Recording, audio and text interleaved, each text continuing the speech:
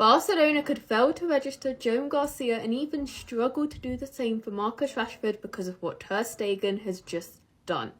So Ter Stegen has refused to authorise Barcelona to send his post-surgery medical report to La Liga's medical commission, and they were banking on this report to register Joan Garcia. Because you see, there's a dispute between Barcelona and Ter Stegen. Ter Stegen believes that he's going to take around 3 months to recover, whereas Barcelona believes he's going to take 4 to 5 months to recover. And the reason why this is all such a big deal is because if it does indeed take him 4 months to recover, then Barcelona are going to be able to register Joan Garcia in La Liga. Now, I always take Barcelona sources with a pinch of salt, but some sources are saying that Barcelona believe they have everything to take Ter Stegen to court and maybe even fire him. There's even suggestions that Barcelona believes that this act from Ter Stegen means that he is completely turning against the club. They've even started asking Barcelona players about the whole ordeal. When Lewandowski was asked, he replied, "I'm tired, thank you." So I definitely think it's a situation where Barcelona players want to keep their distance, and I don't blame them. Imagine having to pick between your club and your teammate. It's not an easy decision. Those are all the updates I have for now, and I'll keep you guys updated, but I am a little bit split on this whole ordeal.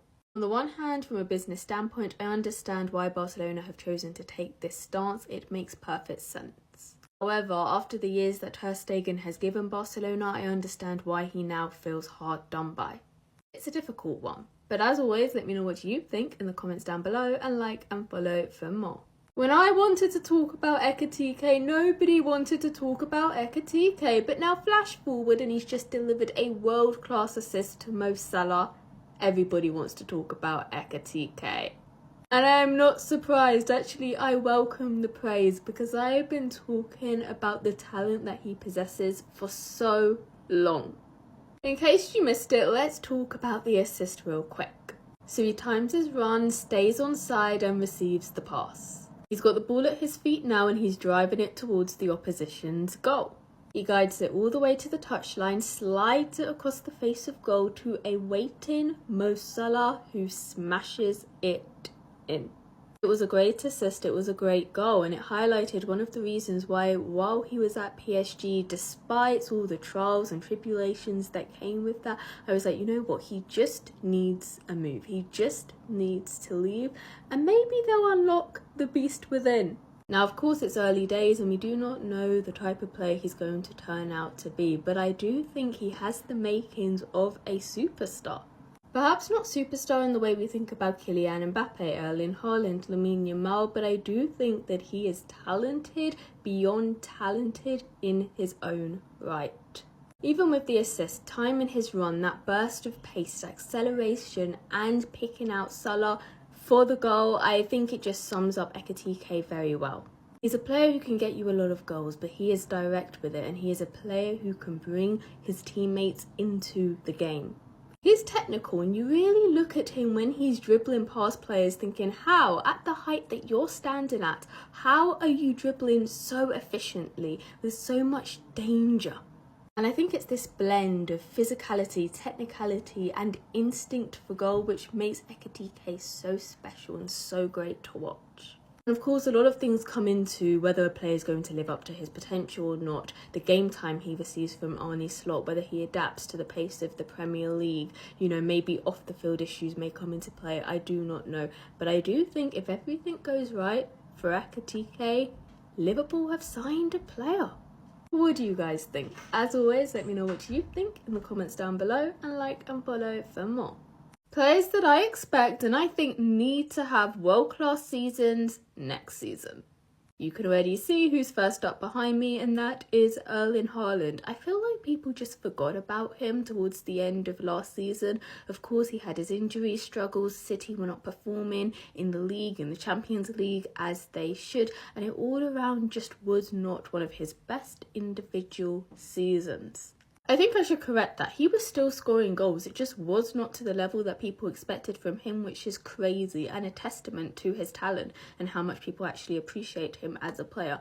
But yeah, I expect a big season from him next season. Kylian Mbappe is next on my list, and he's not only one that I expect a big season from, he's someone that I think needs to have a big season. It's a World Cup year, stocks are kind of low on his name at the moment, which is crazy, you know, European Golden Shoe, La Liga top scorer, etc, etc, etc, but we all know that this is not the Mbappe that many have grown to love, and I think he needs to step up in a big way next season. Marcus Rashford is another one, and I actually consciously tried to keep new recruits out from my list, but I think Marcus Rashford just has to be there. He's only at loan at Barcelona, so that means that he needs to turn out in a big way so that Barcelona use their purchase option on the loan, but also he resurrects his career, which is kind of dwindling at the moment. But I think with him playing under Hansi Flick, playing alongside players like Lamine Yamal and Pedri who uplift the players around them, I really think we could see a great version of Marcus Rashford next season. Desiree Doué scored 2 goals in a Champions League final. He is definitely someone who I expect to absolutely explode next season. I don't really think there's much to be said about this one. I'm just really intrigued to see how his career will continue to progress.